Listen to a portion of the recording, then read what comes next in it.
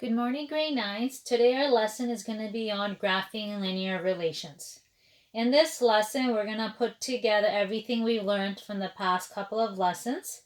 So our first example is the equation T is equal to 12n plus 10 represents the temperature, so T stands for temperature in degrees Celsius, of a pot of soup heating up. N stands for minutes after being placed on a stove. So that's your scenario. They're telling you T is talking about temperature in degrees Celsius and N is talking about minutes. So A is asking you to create a graph for the first 5 minutes and should the points be connected in Y. So before we create a graph, we have to make an XY table. So this is my X. That's my Y. Now I have to figure out, I have two variables. I have X and Y, I have temperature and time.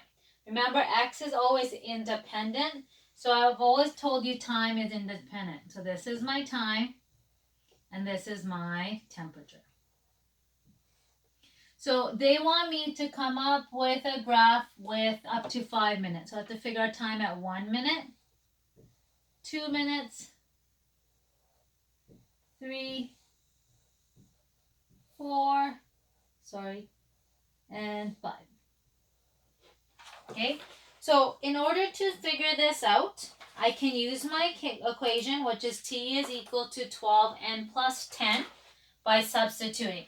So my equation is T is equal to 12n plus 10. I can replace the n with 1. So I get 12 times 1 plus 10, which is 12 plus 10, which gives me 22. So in 1 minute, the temperature will go to 22 degrees. I can find T equals to 2. I can plug in 2. 12 times 2 is 24. 24 plus 10 gives me 34. So in 2 minutes, the temperature goes up to 34 degrees Celsius.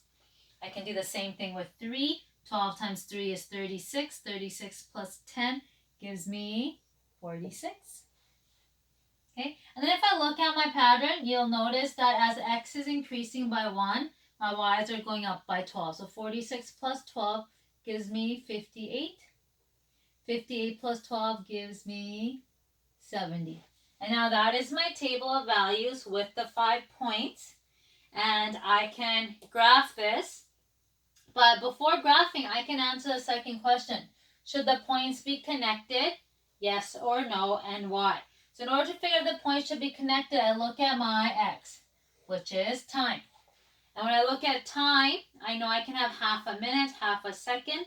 Therefore, I can connect my dots. So in this particular question, yes, I can connect my point because I can have half a minute. Now our next step is to graph this using our table of value. So A was coming up with a table of value first because A asked to graph what we did. I kept the formula up there. Once I have a table of value, when I set up my graph, it's really important for me to label my y-axis, which is temperature in degrees Celsius.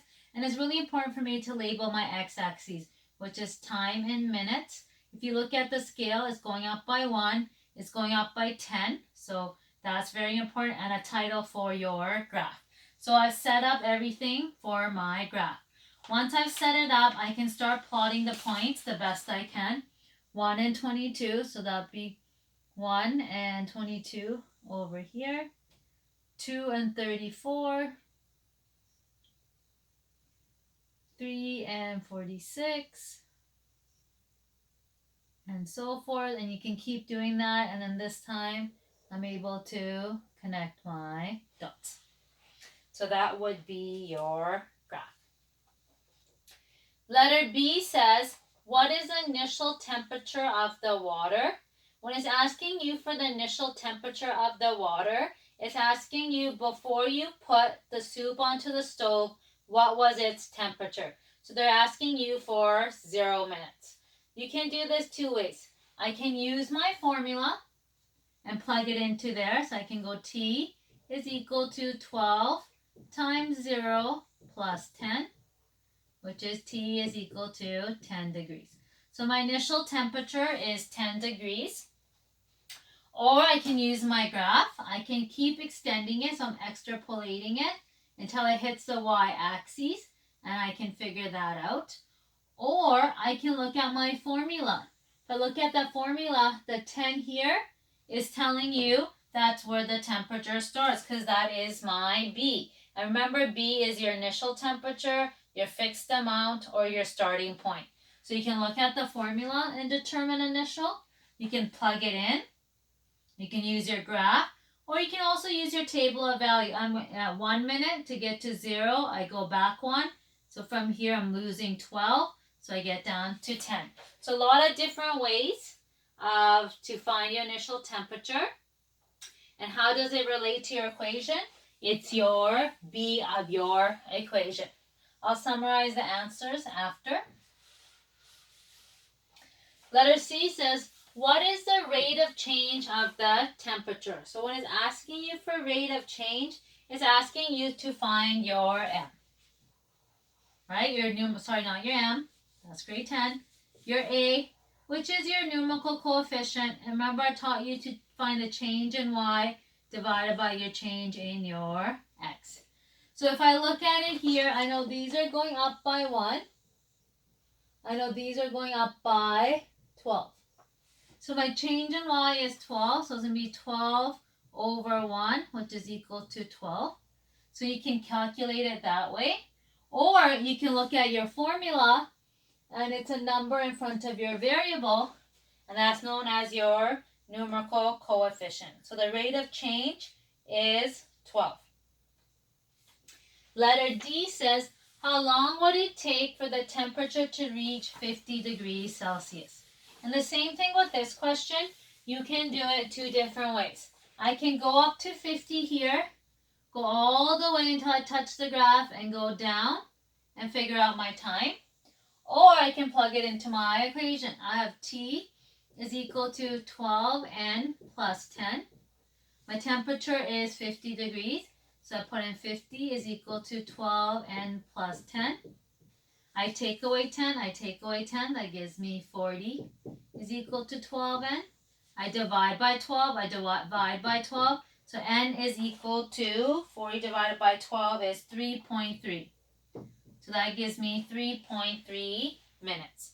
Or like I said, I can go to 50, go until I hit my graph, and then go all the way down and there. And you have to remember, my graph is not to scale. In your workbook, there will be graph paper will be in there, so it'll be nicer for you to draw your graphs.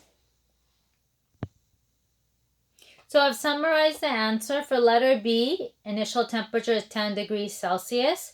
It's related to my equation because it's my B. For C, my rate of change is 12. It's related to my equation because that's my numerical coefficient, which is my A. And D, how long does it take? So I just put the arrow towards the work I showed, and that's how I got the answers to those questions. Example 2, it says create a table of value in graph y equals 3x minus 2. So if I do my table, this time I have no scenario. I can choose any values. Remember, I told you to use the 5 smallest numbers. And 2. So to find my y, plug it in. 3 times negative 2 is negative 6. Negative 6 minus 2 gives me negative 8. 3 times negative 1 gives me negative 3. Negative 3 minus 2 gives me negative 5. 0 times 3 gives me 0, so I'm left with negative 2. And now you can even look at the pattern. I'm going up by 3. So negative 2, if I was to go up by 3, negative 1, 0, and 1. And that would be 4. So that is my table of value for my first 5 points. And I would like you to have 5 points. Second step, I can graph this. So negative 2, 1, 2, and 8. 1, 2, 3, 4, 5. So I made my graph a little small. So I'm just going to extend this and add some more pieces.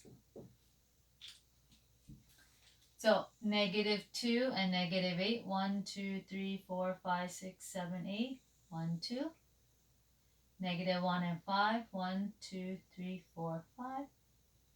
0 and negative 2. 1 and 1. 2 and 4. And I can connect my dots the best I can. And there you go. That's my graph. Letter B says relate A and B values of the equation to the graph. So if I look at it, y equals 3x minus 2. This is my A. This is my B. So how do they connect to my graph? B is easy. You see your y-axis is the point that hits your y-axis, which is right there. So that is my B. To find my A, it's a change in y over my change in x. So you're kind of doing rise over run. So from here, you ask yourself, what steps does it take to get to the next point? So move over 1, and then I'm going up 1, 2, 3. So I make that little triangle. So I went 1 to the right and 3 up.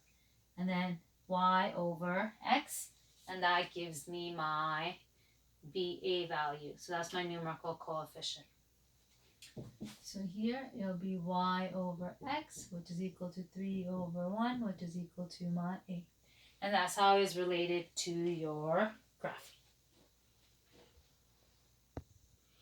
So a little note for two lines we haven't seen, a horizontal and vertical. We'll look at horizontal first. When you have a horizontal line, it goes left to right. If I were to make an XY table, you'll notice that if I go 0, x is 0, y is going to be 3. If x is 1, y is going to be 3. X is 2, y is going to be 3. So the value of your y does not change. Because the value of your y doesn't change, the equation is always going to be y equals 3. Look, it goes through your y-axis at 0.3. That's why I get y equals 3. So that is an equation of a horizontal line. Horizontal line will always have an equation of y equals something depending on where it hits your y-axis.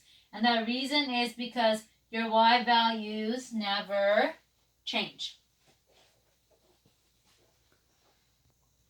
So if you look at your vertical line goes up and down. And on this particular graph is going through the 0.4, which is on your x-axis.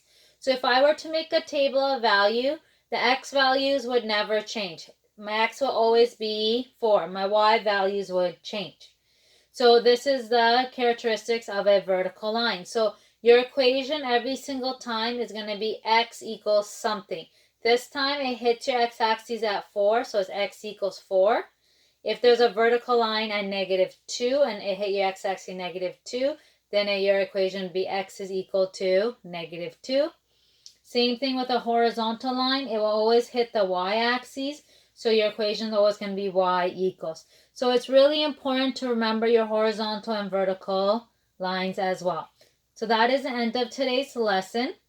If you have any questions and concerns, please email me or send me a message and I'll get back to you.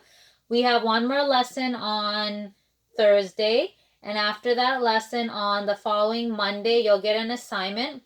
I'm not going to do the review. If you want extra practice, I will do the review over the weekend. I'll give you an assignment on Monday, which will be due on Tuesday. So one more lesson, and then we're done this chapter. So we'll have our assignment, and we'll start the new chapter, which is going to be our last chapter. Thank you. Bye.